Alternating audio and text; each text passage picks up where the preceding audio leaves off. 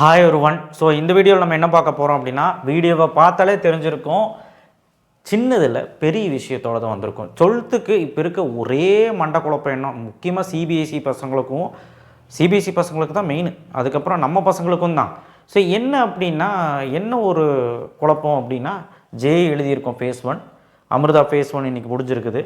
அப்புறம் NEET exam வரப்போகுது, VIT வரப்போகுது, எஸ்ஆர்எம் வரப்போகுது, எக்ஸாம்ஸ் சிவநாடார் எக்ஸாம் வரப்போகுது, பிட்சாட்டு, இந்த மாதிரி பல எக்ஸாம்ஸ் வரப்போகுது. நான் போர்டு எக்ஸாமை, அதாவது பப்ளிக் எக்ஸாமை நான் வந்து பெருசாக கண்டுக்கணுமா, இல்லை இந்த எக்ஸாமை கண்டுக்கணுமா? ஏன்னா இதிலெல்லாம் போகிறதுக்கு என்ட்ரன்ஸ் எக்ஸாம் எழுதுனா தான், நல்ல மதிப்பெண் எடுத்தால் தான், நல்ல பர்சன்டேஜ் எடுத்தால் தான் நம்மளால் உள்ளே போக முடியும். ஜேஇக்கெல்லாம் நல்ல பர்சன்டைல் இருந்தால் தான் நம்ம NIT, triple IT, centrally funded இன்ஸ்டியூட்டுக்கெல்லாம் போக முடியும். ஜேஇ மெயின்ஸில் கிளியர் பண்ணி எலிஜிபிள் ஆனால் தான், ஒரு செட் ஆஃப் எலிஜிபிள் இருக்குது, அது ஆனால் தான் அட்வான்ஸ் போக முடியும் ஐஐடியில் படிக்கிறதுக்கு. ஸோ நான் அதுக்கு ஃபோக்கஸ் பண்ணுறது தான். இப்போ ஃபேஸ் 1 எழுதிட்டு வந்தவங்களுக்குலாம் ஒரு டவுட்டு, நான் அதுக்கு ஃபோக்கஸ் பண்ணுறதா. நீட் எக்ஸாம் வேறு மே மாதம் வருது, நான் நீட் எக்ஸாமை ஃபோக்கஸ் பண்ணுறேன். நான் 12th போர்டு எக்ஸாம் நான் அவ்வளோ ஃபோக்கஸ் பண்ணலை, நான் பாஸ் மட்டும் பண்ணணும்னு நினைக்கிறேன். ஸோ இந்த மாதிரி பல யோசனைகள் எல்லாத்துக்குமே இருக்குங்க. ஸோ அதனால் இந்த வீடியோ ரொம்ப ரொம்ப முக்கியமான வீடியோ இருக்கும். பேரண்ட்ஸ்க்கும் முக்கியமாக இருக்கும், ஸ்டூடெண்ட்ஸ்க்கும் முக்கியமாக இருக்கும். ஸோ எது முக்கியம், போர்டு எக்ஸாமா இதுவா? நான் சொல்லட்டா, ரெண்டுமே முக்கியம்தான், இல்லைன்னு நான் சொல்லலை. ஆனால் இப்போ இருக்கிற சினாரியாவில் இந்த ஒரு மாதம், பிப்ரவரி மாதம் போர்டு எக்ஸாம் தான் முக்கியம். கன்ஃபியூஷன் ஓவர்லோடாகி இருக்கீங்க. போர்டு எக்ஸாம், பப்ளிக் எக்ஸாம் 2026 இன்னும் ஒரு மாதத்தில் வரப்போகுது. ஒரு மாதங்கிறது பெரிய நாளெல்லாம் இல்லை. நம்ம வீடியோஸ் எல்லாம் பார்த்தீங்கன்னா தெரியும், 15 to 18 days தான் நம்மளால் படிக்கவே முடியும். மீதி நாளில் ப்ராக்டிக்கலு. சிபிஎஸ்சி பொறுத்த வரையில் இன்னும் ஒரு 2 வாரம் 3 வாரத்தில் எக்ஸாம் வரப்போகுது. ஸோ அப்படிங்கும்போது நமக்கு ப்ராக்டிக்கல் வித்து இதுவும் வரப்போகுது. அப்படிங்கிறதுனால நமக்கு வந்து போர்டு எக்ஸாம் தான் இப்போ முக்கியமாக கருதுது. நீங்கள் இதுக்கெல்லாம் கான்சன்ட்ரேட் பண்ண வேண்டாம். இனி நீங்கள் படிக்கிறீங்களையோ ப்ரிப்பேர் பண்ணலையோ சும்மா அப்ளை பண்ணி வச்சுருப்பீங்க. ஆனால் ஒரு யோசனை இருப்பீங்க, ப்ரிப்பேர் பண்ணலாமான்னு. சில பேர் ப்ரிப்பேர் பண்ணிகிட்டு இருப்பீங்க. நான் என்ன சொல்கிறேன்னா, அந்த ப்ரிப்ரேஷன் ஸ்டாப் பண்ணிவிட்டு உன் போர்டு எக்ஸாமுக்கு ஃபோக்கஸ் பண்ணு. ஏன் சார் அப்படின்னு கேட்டிங்கன்னா, இதில் உள்ள எல்லா காலேஜுமே சரி, இந்த காலேஜஸ் மட்டும் இல்லை, நீங்கள் எந்தெல்லாம் டீம்டு யூனிவர்சிட்டி படிக்கணும். டீம்டு யூனிவர்சிட்டினா யூனிவர்சிட்டிஸ் தெரியல, சிவநாடார், எஸ்ஆர்எம் அந்த மாதிரிலாம் சொல்கிறோம்ல. ஸோ தனித்துவம் வாய்ந்த அந்த யூனிவர்சிட்டிக்கெல்லாம் படிக்கணும், பெரிய பெரிய கல்வி நிறுவனங்களும் படிக்கணும் தான் அந்த என்ட்ரன்ஸ் எக்ஸாம் எழுதுகிறோம். ஸோ அது ஏன் சார் படிக்கக்கூடாது அப்படின்னு கேட்குறீங்கன்னா, போர்டு எக்ஸாம் மார்க் இதுக்கு ரொம்ப முக்கியமாக இருக்குது. உங்களுக்கு நல்லாவே தெரியும் எலிஜிபிலிட்டி க்ரைட்டீரியாவே என்ன. பப்ளிக் எக்ஸாமில் 12th ஸ்டாண்டர்டில் மேக்ஸ், ஃபிசிக்ஸ், கெமிஸ்ட்ரியில் இதில் எல்லாம் வந்து பார்த்திங்கன்னா ரொம்ப பெரிய மார்க் எடுத்துருக்கணும். 75% மினிமம் வச்சுருந்தா தான் கன்ஃபார்மாக அந்த பையனுக்கு எலிஜிபிலிட்டி. இல்லைனா நீ எக்ஸாமில் பாஸ் ஆகியுமே எந்த பிரயோஜனம் இல்லை. அதாவது உதாரணத்துக்கு இப்போ JE எடுத்துக்கலாமே.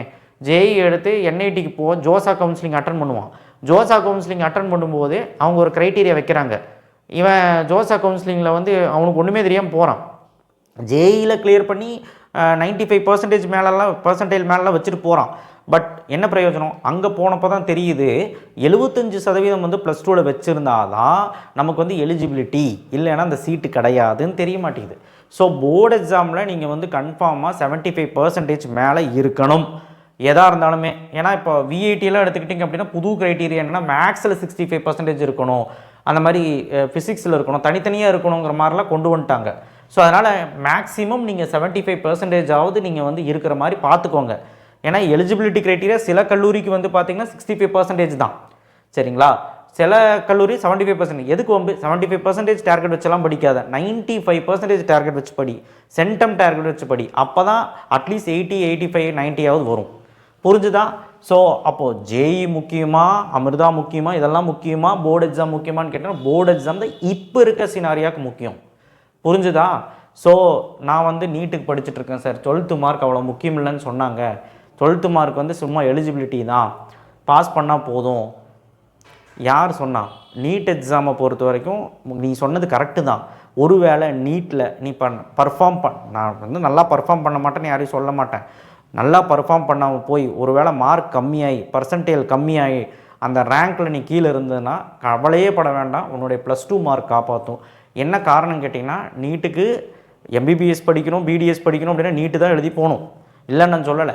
But other then option இருக்கும். ஒருவேளை நம்ம +2ல் நல்லா மார்க் எடுத்திருந்தால், ஒருவேளை நீட்டில் நமக்கு கிடைக்கல அப்படின்னா, நமக்கு நீட் எலிஜிபிலிட்டி ஆகலை அப்படின்னா, நமக்கு வந்து பெரிய மார்க் எடுத்து போக முடியல அப்படின்னா, +2 மார்க்கை வச்சு பேராமெடிக்கல் போகலாம், இல்லை வந்து என்ஜினியரிங் போகலாம், பெரிய பெரிய யூனிவர்சிட்டிஸில் போய் படிக்கலாம் இன்ஜினியரிங். ஸோ உனக்கு டபுள் ஆப்ஷன் இருக்கும் ப்ளஸ் டூவில் மார்க் எடுத்தால். ஸோ இப்போ நீட்டு தான் முக்கியம், நான் வந்து ப்ளஸ் டூ முக்கியமாக கருதலைன்னா அது அவங்கவுங்க மனநிலை பொறுத்து. நீட்டில் நல்ல மார்க் எடுக்கிறேன்னா ஓகே, எடுத்துருவேன்னா ஓகே, அது யாருனாலையும் சொல்ல முடியாது. கொஸ்டின் பேப்பர் பேட்டர்ன் எப்படி, ஐ மீன் கொஸ்டின் பேப்பர் செட்டப் இந்த வருஷம் எப்படி இருக்க போது எல்லாமே பொறுத்து தான் எல்லாமே இருக்குது. ஸோ அதனால் இப்படியெல்லாம் நீங்கள் வந்து ரொம்ப டபுள் மைண்டடாக யோசிச்சுட்டு இருக்காதீங்க. போர்டு எக்ஸாமுக்கு ரொம்ப முக்கியத்துவம் கொடுத்து இந்த வருஷம் நல்லா பர்ஃபார்ம் பண்ணுங்கள். கன்ஃபார்மாக சொல்கிறேன், இதுதான் எலிஜிபிலிட்டி.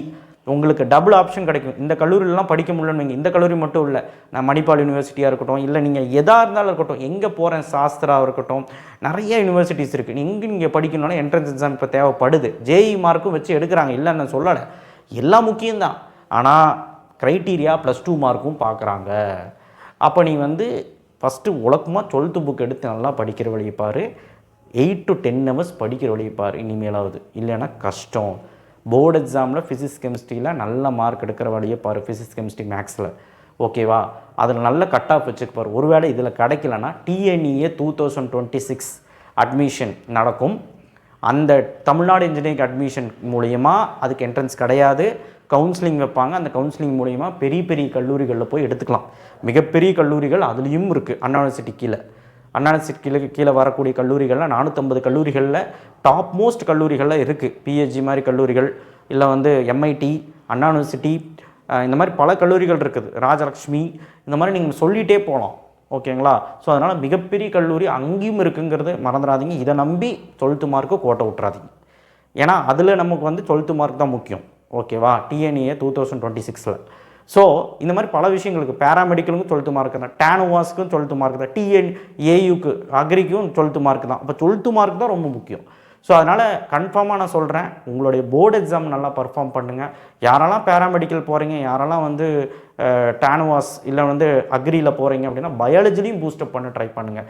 ஏன்னா பயாலஜி மார்க் ரொம்ப முக்கியம் பேராமெடிக்கலுக்கெல்லாம்.